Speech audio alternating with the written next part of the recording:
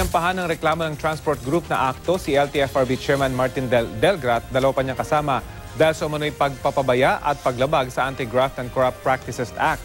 May ulat on the spot si Bernadette Reyes. Bernadette? Rafi, patong-patong na reklamo ang kinakaharap ngayon ni LTFRB Chairman Martin Delgra. Matapos maghain ng formal complaint ang grupong akto laban sa kanya at ilang pang opisyal ng ahensya. Nireklamo ng grupong akto si LTFRB Chairman Delgra at dalawang iba pa sa Office of the Ombudsman dahil sa umunay kawalan ng aksyon sa mga hinaing ng transport group.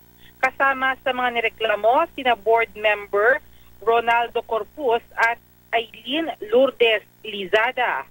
Nahaharap sila sa reklamong paglabag sa Code of Conduct and Ethical Standards at Anti-Graft and Corrupt Practices Act, pati na sa mga reklamong administratibo. Ayon kay Efren de Luna, presidente ng akto, naging pabayatin kompetent ang mga naturang opisyal sa pagganap ng kanilang tungkulin. Wala raw naging aksyon sa kanilang hiling na mapagbigyan ng matagal ng hinaing petisyon para sa provisional fare increase na 50 centavos dahil sa patuloy na pagtaas ng presyo ng produktong petrolyo. Bago para maupo sa pwesto si Delgra, may nakahain na sila mga petisyon. Nag-follow up daw sila ng ilang beses pero wala pa rin naging aksyon. Wala raw naganap na mga public hearings o consultation sa kanila. Masyado rin daw nakatuon ng pansin ni Delgra sa pagtuturo kung sino mga corrupt sa ahensya. Kaya naman napabayaan na nito ang kanyang ibang tungkulin.